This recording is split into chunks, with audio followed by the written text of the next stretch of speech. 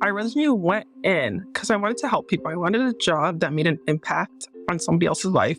What I enjoy most about being a nurse is knowing that I can help someone brighten their day when they usually feel their worst. I find so much joy and fulfillment in what I do. It's the best job in the world. I literally tell everybody that.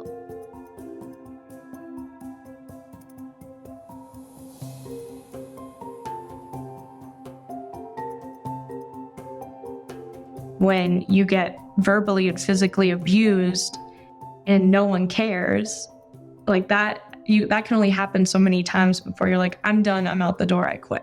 And it's not I quit this place, no, I quit nursing. We're empaths, but we're out of empathy. The underlying root cause of the nursing crisis is deep dissatisfaction among nurses with their job that leads to burnout, which ultimately leads them to quit.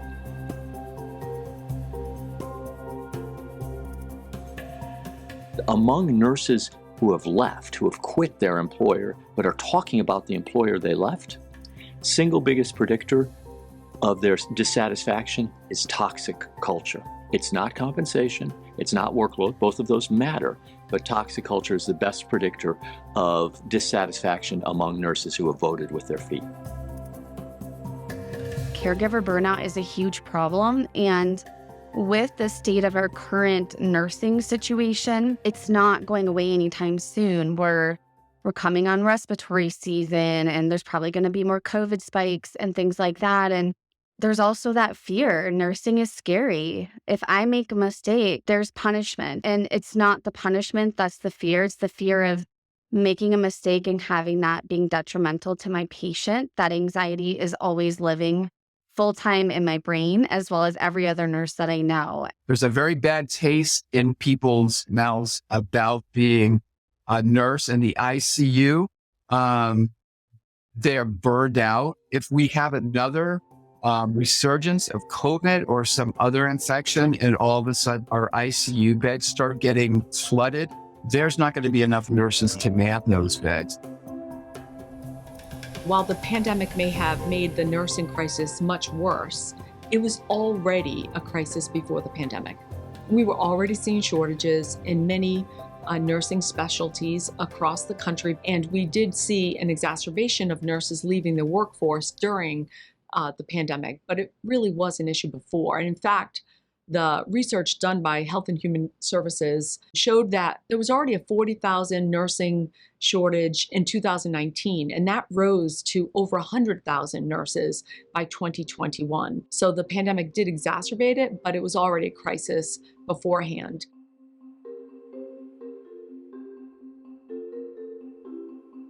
A study by McKinsey demonstrates that we'll likely see a shortage between 250,000 to 450,000 nurses by 2030, somewhere between 15 and 20% of the entire need of our nursing workforce by 2030.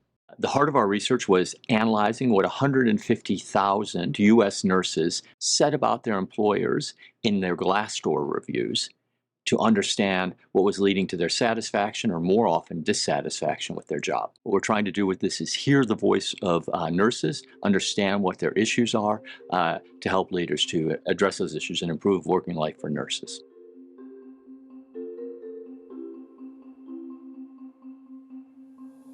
What we've discovered is it's not just about compensation. In addition, nurses are extremely satisfied with staffing agencies because they resolve their problems quickly and efficiently, something that other employers don't do as well, and they build trust with the nurses through two-way, honest, transparent communication. The good news about our research is it suggests that leaders in healthcare can have a massive impact on employee experience for their nurses.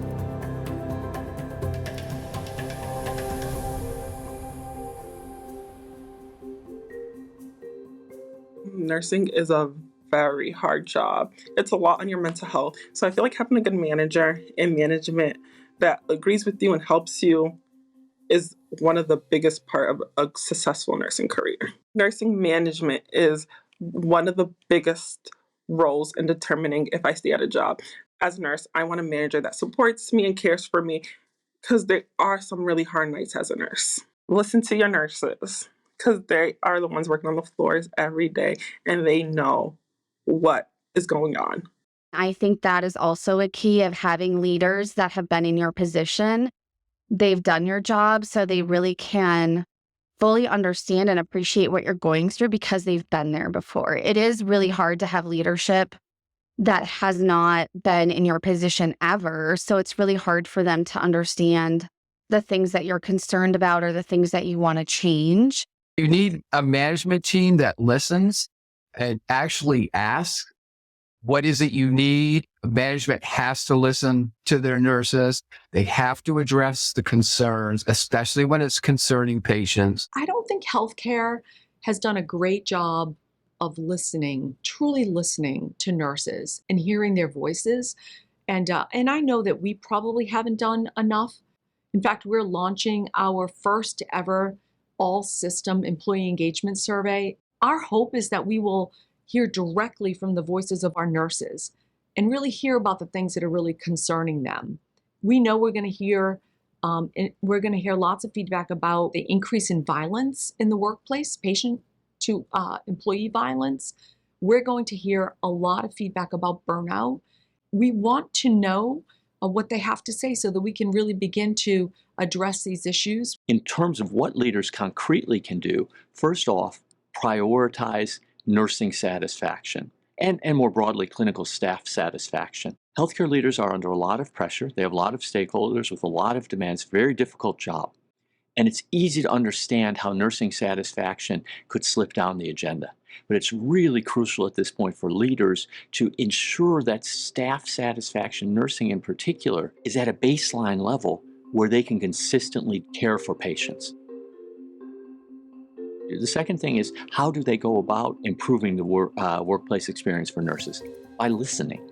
The key finding, actionable finding from our research is nurses are telling you what's not working for them, often in very granular detail, and they're offering concrete recommendations to address these issues. They want to help, they want their voices heard, and they want to make a positive impact. One of the most difficult or frustrating things about being a nurse is really not having enough time to spend with the patient. Have those moments where you can sit, talk with the patient, hold their hand, talk with the family, and really get to know them and understand not just the disease, but other underlying anxieties or fears that the patient might have. So for me, having that safe space has been completely important, and it definitely influences my loyalty to the organization that I'm currently with.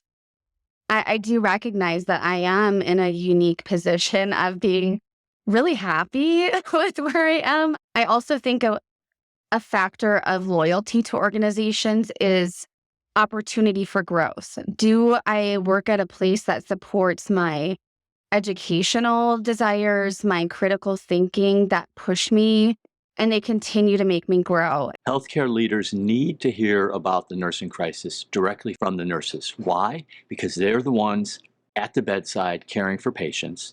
They're living with the concrete, tangible frustrations day in and day out. They're the ones who can surface these issues and in many cases will provide very practical, very actionable, very sensible recommendations. So let the nurses speak in their own words. Let them tell you what the issues are and oftentimes what the solutions are. We want to know what they have to say so that we can really begin to address these issues. I think it's really important to listen directly to all of our employees, including our nurses. I think it's really important for healthcare to do that. I don't think that we in administration can determine what needs to happen to address these issues unless we listen carefully to our workforce.